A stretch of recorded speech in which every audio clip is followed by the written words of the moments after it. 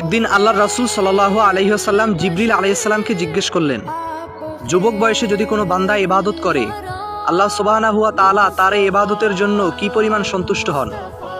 তখন জিবরিল আলাইহিস সালাম বলেন, আমি জিবরিল এই দুনিয়ায় প্রতি ফোঁটা বৃষ্টির হিসাব রাখতে পারি, কিন্তু যুবক বয়সে যদি কোনো বান্দা ইবাদত করে, তার ইবাদতের হিসাব আমি রাখতে পারি না, তার নেকির হিসাব আমি রাখতে পারি না।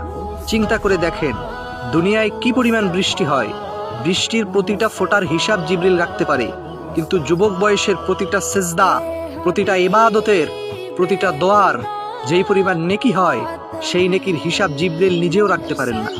তাহলে আল্লাহ কি পরিমাণ সন্তুষ্ট যুবকদের ইবাদতের প্রতি। আর আমরা যুবকরা এখন বেসামাল হয়ে পড়েছি।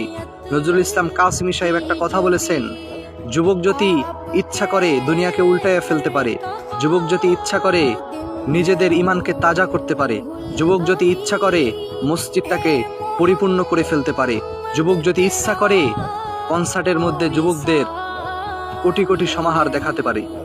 কিন্তু যুবকরা সবই পারে, চাইলে তারা আল্লাহর কাছে প্রিয়ও হতে পারে। যুবকদের উদ্দেশ্যে বলতে চাই, আমার বয়সী যারা রয়েছেন, এখনো সময় আছে, ইবাদতে মশগুল হয়ে পড়েন। আল্লাহ তাআলা আপনাদের ইবাদতের জন্য আপনাদের দিকে তাকিয়ে থাকেন, কখন আপনারা মসজিদে ঢুকে সেজদায় লুটিয়ে পড়বেন। এখনো সময় আছে, আল্লাহর পথে ফিরে আসেন।